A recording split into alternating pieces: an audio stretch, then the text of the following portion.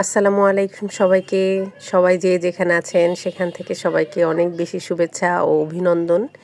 আশা করি সবাই অনেক বেশি ভালো আছেন, আলহামদুলিল্লাহ। জানি ভিডিওটা অনেক লেট হয়ে গেছে আপলোড করতে, কারণ হচ্ছে একটা পরীক্ষা ছিল। পরীক্ষার প্রেশারে আমি আসলে রীতিমতো ঈদটাও আনন্দের সহিত করতে পারিনি। তো চলেন আজকে কোথায় যাচ্ছি, কি করছি আপনাদেরকে সাথে শেয়ার করব। তো আজকে আমাদের সবার হচ্ছে আমার ছোট দেবরের বাসায় দাওয়াত ছিল। আমার ছোট দেবর, আমরা সব একসাথেই ছিলাম জয়েন্ট ফ্যামিলিতে। তো ওরা কিছুদিন আগে আলাদা হয়ে গেছে, নিজেদের বাসায় ওরা উঠেছে। তো সেখানে আজকেও আমাদেরকে দাওয়াত করেছে ঈদ পারপাসে। হচ্ছে আমার বড় ভাসুর, আমাদের সবাইকে। এই হচ্ছে আমার দেবর, আর এই হচ্ছে ওর দেবরের নতুন বাসা। আলহামদুলিল্লাহ আমরা সবাই আসছি, ছোট ননাস বড় ননাস সবাই মিলে চলে আসছি। এই হচ্ছে আমার দেবরের বউ সামিরা। আলহামদুলিল্লাহ সেও অনেক সুন্দর রান্না করেছে, অনেক মজার রান্না করেছে।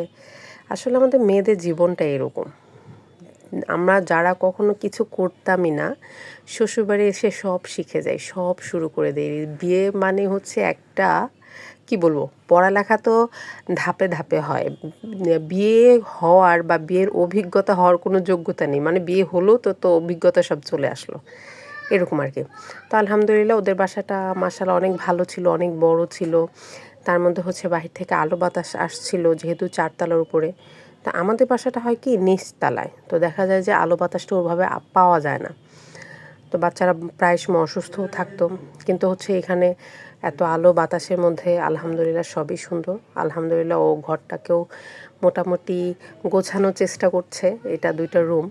এই হচ্ছে আমার হাজব্যান্ড বসে আছে, আমার ছেলে তোরা দুষ্টুমি করতেছে। ও ভালো ভালো খাবারের আয়োজন করেছিল, গরু মুরগি বলেন, ডিম বলেন, সব। তো তারা তো খাওয়া দাওয়া করে শুয়ে পড়েছে। আর বাচ্চারা যে কি খুশি, ওরা 5 ভাই বোন একসাথে হলে ওদের আর কিচ্ছু লাগে না।